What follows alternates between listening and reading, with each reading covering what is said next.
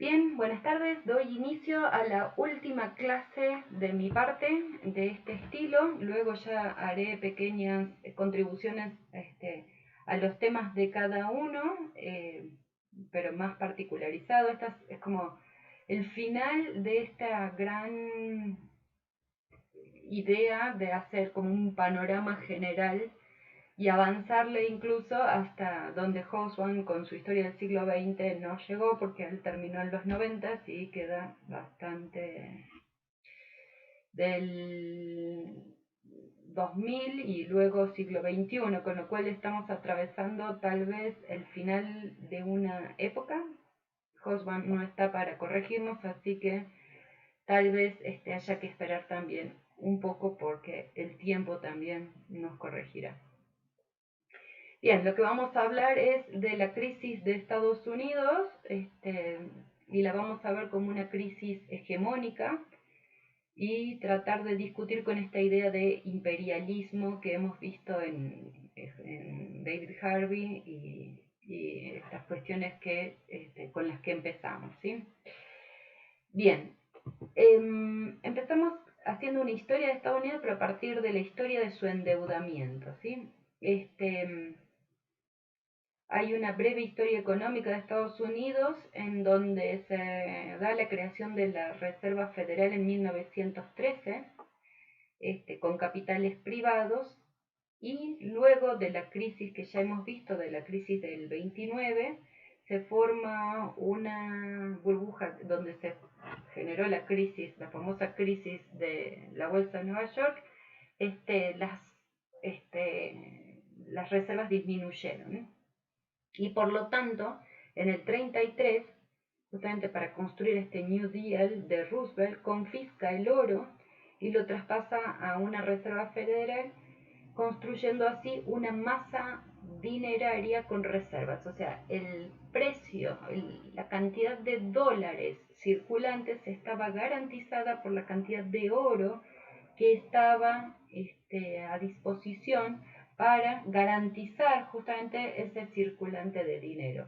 Esa es una de las grandes formas en que Estados Unidos se convierte, después de la Segunda Guerra Mundial, en el garante justamente internacional de los intercambios. O sea, porque cada dólar estadounidense justamente que existía o que circulaba en el mundo estaba garantizada por una masa de oro que se supone que tenía sustento, o sea, que el dinero tenía sustento real. En el 44, como ya hemos visto también en momentos anteriores, se dan los famosos tratados de Bretton Woods y los dólares se convierten en la Reserva Internacional de Dinero. Todos los países entonces utilizan el dólar como moneda de intercambio y respaldo, pero, y allí está el cachito, ninguna cláusula impedía la emisión de dólares, y así comienza el déficit presupuestario de Estados Unidos. Sobre todo, comienza con Nixon, que en el 71 declaró el estado de emergencia y eliminó la convertibilidad del dólar en oro. O sea, el dólar podía fluctuar independientemente de las reservas reales que existieran. Como ustedes saben, esto implica, digamos, la posibilidad de que Estados Unidos emita cada vez más dólares, o sea, que haya más dinero circulante, pero que eso no tenga relación o correlación con el aumento del PIB o con la producción real de las cosas, digamos, tangibles. Con lo cual, eso aumenta la deuda norteamericana. O sea, la cantidad de dinero, de dólares circulando en el mundo, no tienen una estructura real, una estructura base, no tiene una base sólida para la cual se puedan realizar estos intercambios. Entonces, en un momento antes de justamente de que Nixon declare estado de emergencia y se elimine la convertibilidad, Francia justamente decide cambiar lo que tenía de dólares por el oro. Y entonces comienza así un traspaso de oro hacia Estados Unidos. O sea, tengo todo esto de dólares, ustedes Estados Unidos que tienen la reserva de oro, quiero que me den lo tangible. Entonces, te cambio estos dólares por este oro y se empiezan a llevar el oro, perdón, a Europa, y esto hace justamente que Estados Unidos declare una situación de emergencia. Ahora bien, quitarle o dar fin a la convertibilidad, aquí ustedes lo ven, en 1970 se da fin a la convertibilidad y lo que comienza a suceder es que la emisión de dólares, o sea, el aumento de la deuda de Estados Unidos sea exorbitante. En el crash course que ustedes tienen, digamos, y que forma la base de este pedacito, digamos, de lo que estoy comentando, lo que dicen es que se necesitaron 200 años para crear el primer billón, que se creó en 1973, o sea, una masa de un millón de millones de dólares dando vueltas por el mundo. Eso se necesitó 200 años, ¿sí? En los últimos 4 meses del año 2000, que es para cuando, bueno, un poquito después, se crearon el siguiente nuevo billón, ¿sí? Quiere decir que la capacidad de imprimir dólares es infinita, ¿sí?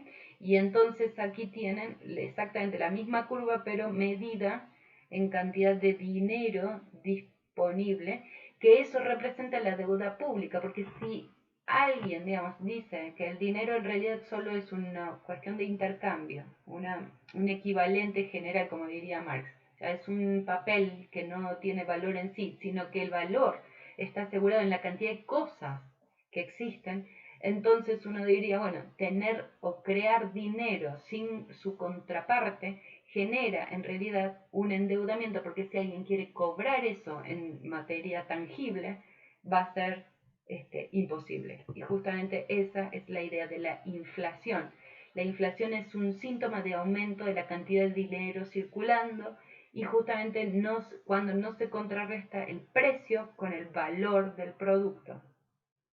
Y es la forma en que Estados Unidos eluden en realidad su deuda interna, generando inflación y exportando la deuda en forma de guerras o de otros formatos. O sea, la idea que es la siguiente, que al estar todo el mundo comprometido en las transacciones con dólares, es imposible, digamos, que Estados Unidos caiga, porque si cae Estados Unidos, caen un montón de economías que se basan justamente en las transferencias en los intercambios en realidad con base en los dólares, y los dólares a su vez son ficticios, con lo cual lo que estamos diciendo es que si Estados Unidos está generando dólares que no tienen correspondencia, con lo cual está generando deuda, esa deuda está siendo exportada constantemente al resto del mundo, con lo cual en el momento que Estados Unidos caiga,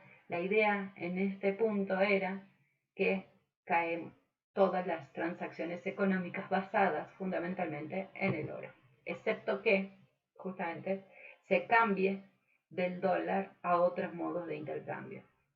Ahora, cuando uno contrata deuda, uno dice, bueno, hago esto y te lo voy a contrato una deuda porque pienso que en el futuro te la voy a poder pagar.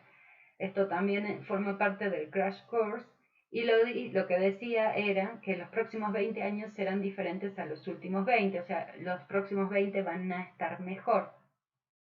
La deuda, adquirir deuda, da por sentado que el futuro será mejor que el presente. Por lo tanto, es una promesa de devolver el dinero en un futuro. Pero el punto es que tener una mora o una deuda, digamos, supone justamente que cuando uno imprime dinero y paga con ese dinero ficticio, en realidad lo que está haciendo es no pagando, sino que en realidad hacer avanzar la deuda cada vez más, y el problema es justamente que esa deuda se vuelve cada vez más impagable, ¿sí?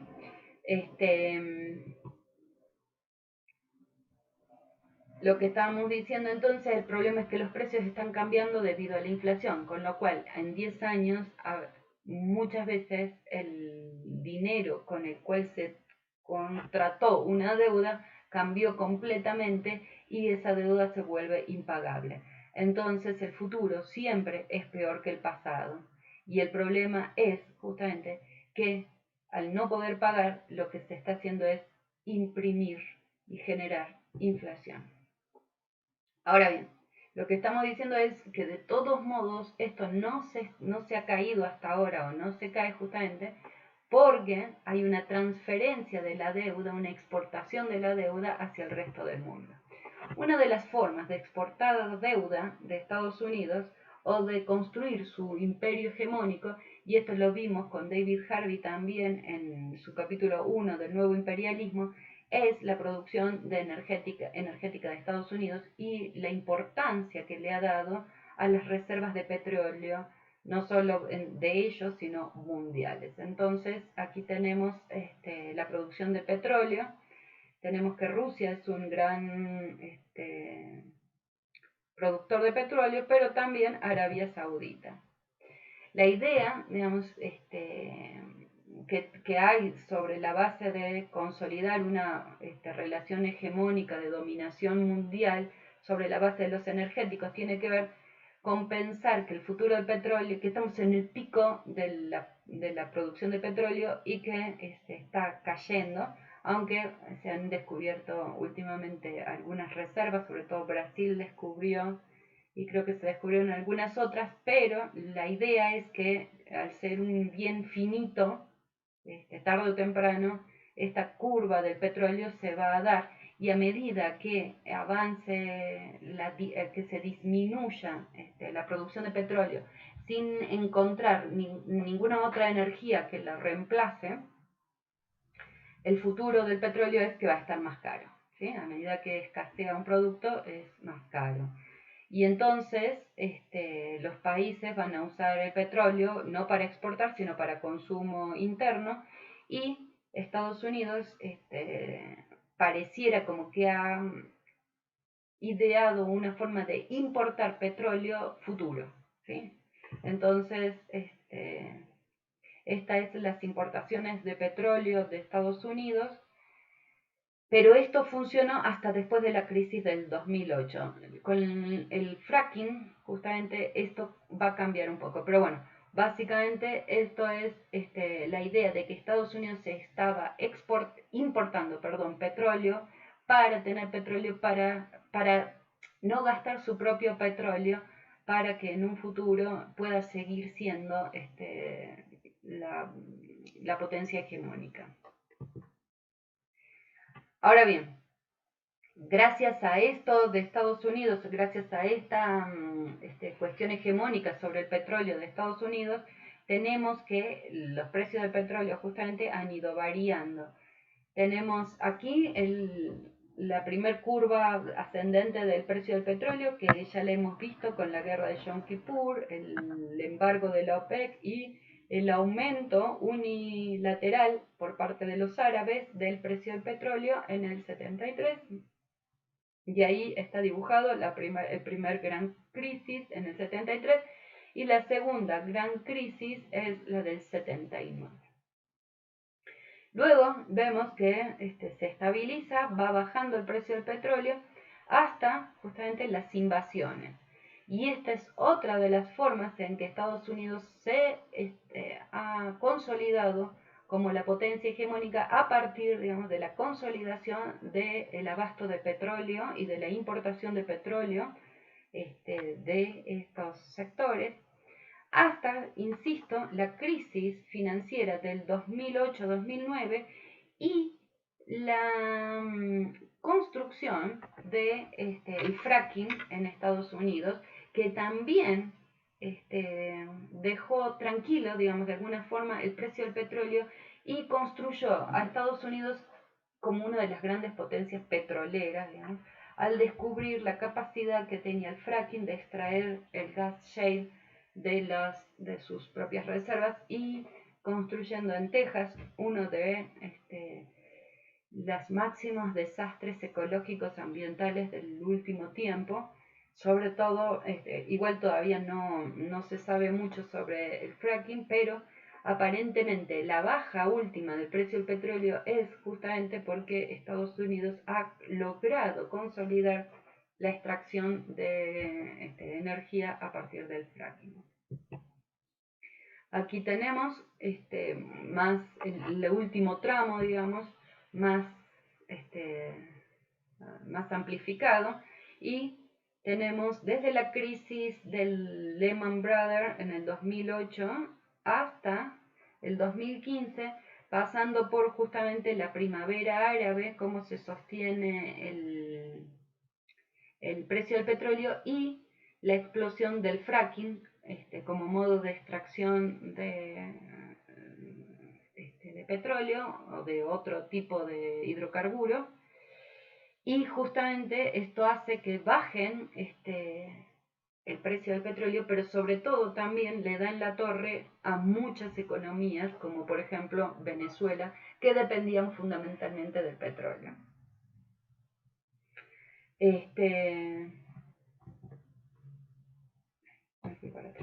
Okay. Otra de las formas de salir de estas deudas que ha contraído a Estados Unidos y que tiene que ver también con el petróleo, pero sobre todo también con la deuda, ya que las guerras son formas de tirar para adelante, de salir para adelante, de generar PIB en tu propio país, pero explotarlo y gastarlo en otros países, con lo cual genera también, son altamente inflacionarias, generan mucho movimiento o riqueza para el país, pero no tiene relación porque las bombas y todo el armamento se tira, digamos, o se destruye en otros países, digamos. Entonces las guerras generalmente sí son bastante inflacionarias para las economías de los países que las realizan, pero también es una forma de tirar para adelante este tema de la crisis que se avecina desde hace mucho tiempo de Estados Unidos como potencia hegemónica. Entonces tenemos que desde los 90, y ya lo hemos visto con el precio del petróleo, se han generado distintas guerras de exportación de la deuda. Si ustedes ven quién tiene el petróleo, entenderán por qué se realizaron las distintas guerras de los últimos, las últimas décadas del siglo pasado y de ¿sí? Tenemos que todos estos sectores en general terminaron estando bajo la égida de Estados Unidos. ¿Sí? Entonces, lo que estamos pensando justamente es que, bueno, no soy yo, digamos, sino que otras personas, justamente, que este sector es el orden geoestratégico de Estados Unidos y que tiene que ver justamente con la primavera árabe y formaría una de las explicaciones al estilo económico, transversal, histórico, de por qué, digamos, los árabes tienen tantos problemas para organizarse internamente y por qué se han construido como, después de los rusos con la Guerra Fría, tenemos la nueva eje del mal y que aparecen como los árabes terroristas, ¿sí? Entonces las guerras, tenemos que en los 90 está la invasión de Irak a Kuwait, son todas las guerras que ha intervenido directa o indirectamente Estados Unidos, la guerra del Golfo Pérsico, que va desde el 90 al 91, o simplemente la guerra del Golfo. Los aliados, digamos, lograron mantener a Saddam Hussein en el poder y luego, como ya sabemos, Estados Unidos lo termina asesinando vilmente de alguna manera. Bueno. Del 2001 al 2014 tenemos la guerra a Afganistán, la invasión a Afganistán, con la operación Libertad Duradera, ocupa Afganistán en respuesta de el atentado de las Torres Gemelas el 11 de septiembre. Luego tenemos la guerra de Irak, del 2003 al 2011, justamente aquí es donde termina asesinado Saddam Hussein, en busca de armas de destrucción masiva que nunca se encontraron. y finalmente termina el 2011. Y los últimos para América Latina y el resto, y Venezuela y el resto de América Latina, tenemos justamente el combate al narcotráfico y la alternativa que se había generado a partir del 2010 para parte, un sector de América Latina, que es el giro a la izquierda, que termina devolviéndose, sobre todo Brasil, Argentina, Chile, en parte, pero Chile, Ecuador, etcétera, con gobiernos más de derecha, con un giro, digamos, nuevo, cuando Estados Unidos vuelve de esta arremetida contra Medio Oriente y con el problema del petróleo, y da vuelta y se encuentra con que su principal competidor en realidad es China, y que China estaba metiéndose o teniendo injerencia cada vez más en, sobre todo, América Latina, para la parte en que no. Entonces, se da un ascenso importante de China como potencia económica. Para la historia de China yo creo que vamos a tener que grabar un videíto aparte, pero la idea es que la China comunista en algún momento hace su torsión, que no lo logra hacer como ya lo vimos la Unión Soviética, pero China sí logra hacer su torsión hacia el capitalismo, un capitalismo totalmente dictatorial, o sea, un capitalismo fuerte, Estado centrado, un capitalismo, digamos, que sigue explotando la fuerza de trabajo de una manera importante, sigue generando una clase social, digamos, absolutamente explotada, que son los campesinos y la fuerza laboral, digamos, de base. Estos son millones y millones de chinos que todavía siguen subsistiendo bajo un gobierno extremadamente impositivo, y esto hace que China crezca durante mucho tiempo al 10% del PIB anual, cosa que es impresionante, y entonces tuvo un acelere económico impresionante, y aquí lo vemos en la curva azul, para el 2014-15 se podría decir, gana, digamos, su curva se acelera y le gana en muchos aspectos económicos a Estados Unidos y Europa. Y entonces se convierte en una de las máximas potencias económicas actuales. El ascenso de China movió el tablero geopolítico mundial y se instaló como un actor de creciente implicación en América Latina y el Caribe. China se transformó en el socio comercial clave para la región. Es el primer mercado de las exportaciones de Brasil y Chile, el segundo de Perú, Cuba y Costa Rica. Se convirtió en el tercer país entre los principales orígenes de las importaciones latinoamericanas, con un valor que representa el 13% del total, ¿sí? Con lo cual, cuando Estados Unidos sale de Medio Oriente, gira la cabeza a América Latina y ve a China metida en América Latina, y comienza justamente esta transformación de los gobiernos más progresistas a los gobiernos más conservadores, o sea, vuelve a mover el tablero de la influencia en América Latina. Tales intercambios se han caracterizado por exportaciones latinoamericanas de productos primarios y minerales, etc. El efecto China ha impactado de diversas maneras según los países, pero justamente tiene absoluta injerencia en América Latina. Ahora bien, en China, la máxima potencia actual económica se genera la pandemia, es el epicentro de la pandemia, y pensamos que la pandemia es una expresión de la nueva crisis hegemónica. Ahora, ¿por qué, digamos, se dio en China? No importa si lo pusieron, si son los, por la forma en que haya sucedido, digamos, esta cuestión de la pandemia.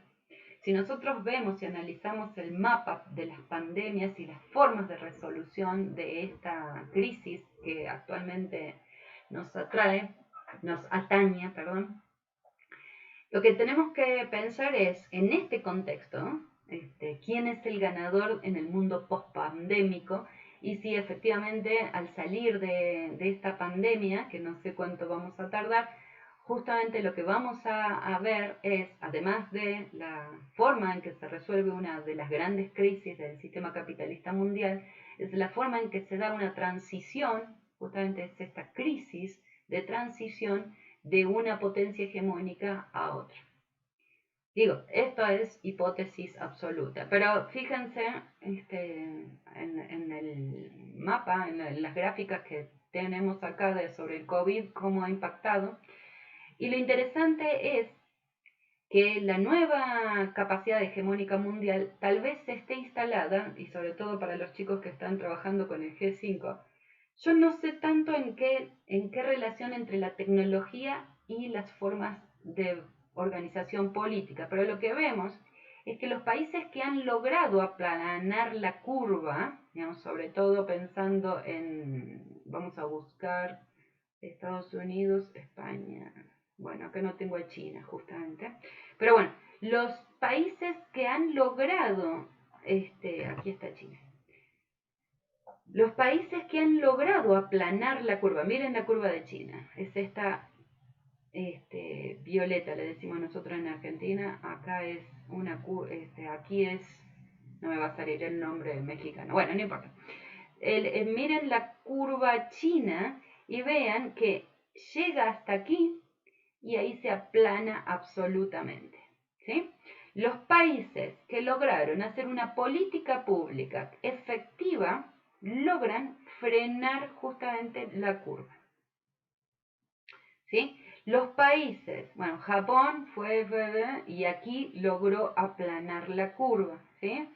Tenemos a Corea del Sur que lo logra inmediatamente, aplana la curva. Tenemos a Hong Kong, todos países justamente del sudeste asiático que aplanan la curva, mientras que los países que no logran, digamos, aplanar la curva, tienen comportamientos que la curva, fíjense, en México, no logra aplanarse justamente porque no logran instalar una política pública efectiva. ¿Qué quiero decir con esto? Y aquí se ve un poco mejor, por eso puse este primero. Estados Unidos no logra aplanar la curva, ¿sí? Rusia no logra aplanar la curva. Brasil no logra aplanar la curva y México no logra aplanar la curva.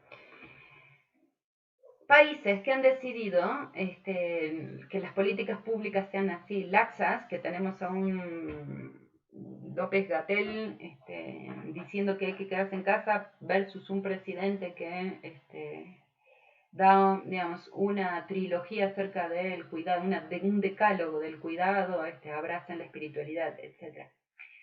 Lo que estoy diciendo es, como salgamos de esta crisis, va a implicar justamente la nueva forma de hegemonía mundial. Y lo que aparentemente funcionó, por lo menos para el coronavirus, son estas políticas de control absoluto, estas biopolíticas del control de los cuerpos y de la salud, justamente, absolutamente legítimas para la gran mayoría de las personas que viven bajo estas formas de control y encierro. Con lo cual nos queda una gran paradoja que solucionar a futuro y que tiene que ver con esto. El futuro es aparentemente nuevos gobiernos, nuevos estados más autoritarios de los que teníamos ahora, el fin de una nueva hegemonía liberal para entrar a una hegemonía autoritaria.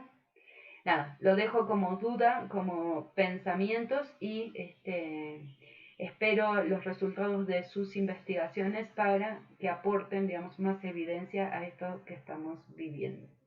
Muchas gracias y lo dejamos por aquí, creo que efectivamente se acabó.